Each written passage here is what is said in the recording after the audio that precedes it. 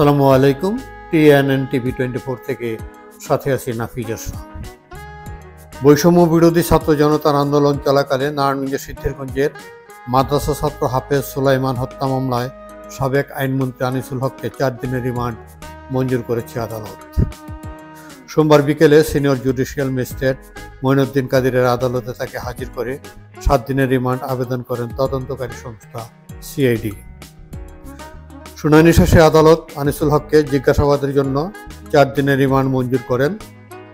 এর আগে সকালে তাকে কড়া নিরাপত্তার মধ্য দিয়ে কেন্দ্রীয় কারাগার থেকে আনিসুল হককে ঢাকা কেন্দ্রীয় কারাগার থেকে নারায়ণগঞ্জের আদালতে আনা হয়।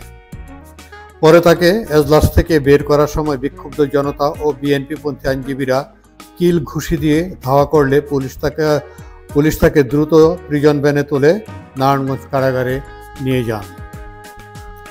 বৈষম্য বিরোধী ছাত্র জনতার আন্দোলন চলাকালে গত 5 আগস্ট দুপুরে সিদ্ধিরগঞ্জের সিমরাইল এলাকায় ঢাকা চট্টগ্রাম মহাসড়কের ওপর গুলিবিদ্ধ হন 19 বছর বয়সী হাফেজ সুলাইমান।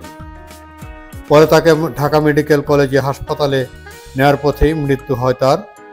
এই ঘটনায় 22 আগস্ট সিদ্ধিরগঞ্জ থানায় সাবেক প্রধানমন্ত্রী শেখ হাসিনাকে প্রধান আসামি করে একটি মামলা দায়ের করেন নিহতের ভগ্নিপতি। মামলায় আওয়ামী লীগের সাবেক প্রধানমন্ত্রী ওবায়দুল কাদের, আসাদুজ্জামান খান কামাল, মন্ত্রী দীপুমণি, আনিসুল হক ও সাবেক প্রতিমন্ত্রী জুনায়েদ আহমেদ পলক, সাবেক এমপি শামীম ওসমান সহ 51 জনকে আসামি করা হয়। সেই মামলায় আজকের যে সাবেক আইনমন্ত্রী আনিসুল হক, তার নামটা এজাহারে 3 নম্বরে আছে। তাকে আজকে এই মামলার তদন্তকারী কর্মকর্তা 7 দিনের রিমান্ডের আবেদন করে একটি দরখাস্ত প্রেরণ করে এবং আবেদনকারীও নিজেও উপস্থিত ছিলেন। আজকে এই মামলার মধ্যে শুনানি অনুষ্ঠিত হয়। আমাদের senior judicial magistrate Moinuddin Kadir সাহেবের আদালতে শুনানি অনুষ্ঠিত হয়।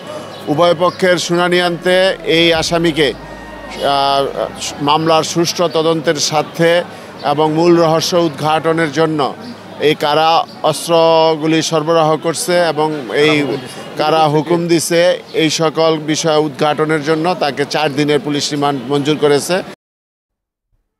Nafiz Ashraf, TNN TV 24।